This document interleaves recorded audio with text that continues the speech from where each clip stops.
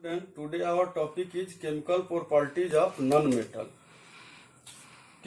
Topic chemical properties of non metal. हम लोग इसके पहले कल पढ़े थे कि केमिकल प्रॉपर्टीज ऑफ मेटल। तो पहला हमारा प्रॉपर्टीज है नॉन मेटल का, reaction of non metal with oxygen. Non metal का रिएक्शन ऑक्सीजन के साथ। Non metals react with oxygen to form acidic oxide और neutral oxide. Non metal oxygen से रिएक्ट करके एसिडिक और न्यूट्रल ऑक्साइड बनाता है, या तो एसिडिक ऑक्साइड बनाता है या फिर न्यूट्रल ऑक्साइड बनाता है। एग्जाम्पल के तौर पे देखिए, carbon react with oxygen to form carbon dioxide. Carbon oxygen से रिएक्ट करता है तो कार्बन डाइऑक्साइड बनाता है, और कार्बन डाइऑक्साइड को वाटर में जब रिएक्ट कराइएगा, वाटर से रिएक्ट कराइएगा, वाटर में डिजोल्व कराइएगा तो कार्बोनिक एसिड बनेगा। कार्बोनिक एसिड क्या है? एसिड है। तो इसका क्या मतलब हुआ कि कार्बन डाइऑक्साइड जो है आपका एसिडिक नेचर का होगा। फिर से इसको समझिए, carbon react with oxygen to form carbon dioxide and carbon dioxide dissolve in water react with water to form carbonic acid, means carbon dioxide is acidic oxide. Second example देखिए, sulphur react with oxygen to form sulphur dioxide. Sulphur oxygen से react करता है तो sulphur dioxide बनाता है, और sulphur dioxide जो है फिर वाटर में इससे रिएक्ट करता है तो क्या बनाता है? Sulphurous acid. तो सल्फ्यूरस एसिड हो गया। तो ये सल्फर डाइऑक्साइड का नेचर क्या हुआ? एसिडिक नेचर हुआ। आप याद कीजिए कि पिछली बार हम वीडियो में बताए थे कि reaction of metal with oxygen, metals react with oxygen to form metal oxide and metal oxides are basic in nature. तो मेटल ऑक्साइड किस नेचर का था? बेसिक नेचर का था। और नॉन मेटल ऑक्साइड किस नेचर का होगा? एसिडिक नेचर का होगा।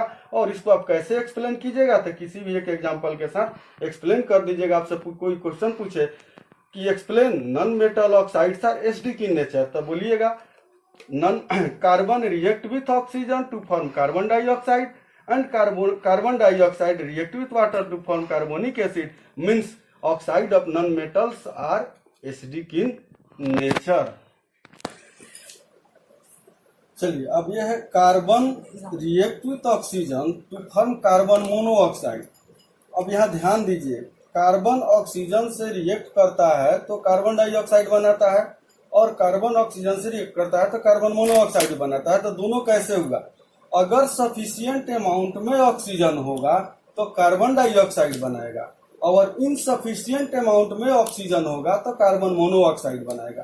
तो कार्बन मोनोऑक्साइड जो होता है ये न्यूट्रल होता है। क्या होता है?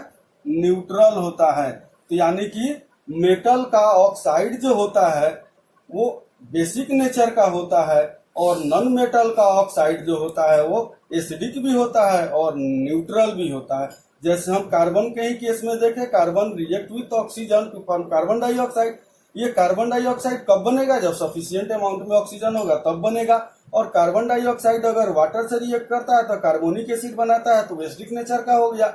लेकिन अगर ये इनसफिशिएंट अमाउंट में ऑक्सीजन होगा तो क्या बनाएगा? कार्बन मोनोऑक्साइड बनाएगा, और कार्बन मोनोऑक्साइड जो होगा वो न्यूट्रल नेचर का होगा। फिर एक दूसरा एग्जांपल देखिए, hydrogen react with oxygen to form water. तो वाटर किस नेचर का होता है? न्यूट्रल नेचर का होता है, ये एसिडिक नेचर का नहीं होता है। तो कार्बन का मोनोऑक्साइड हो या वाटर हो, ये किस नेचर का होगा? न्यूट्रल नेचर का होगा। और हाइड्रोजन नॉन मेटल है और ऑक्सीजन से रिएक्ट किया तो वाटर बनाया, इस तरह से वाटर आपका क्या हुआ? न्यूट्रल हुआ। तो नॉन मेटल का ऑक्साइड एसिडिक भी होता है और न्यूट्रल भी होता है।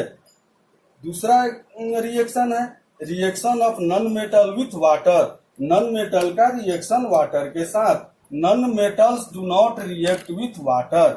नॉन मेटल वाटर के साथ रिएक्शन नहीं करता है। नॉन मेटल का कोई रिएक्शन वाटर के साथ नहीं होता है।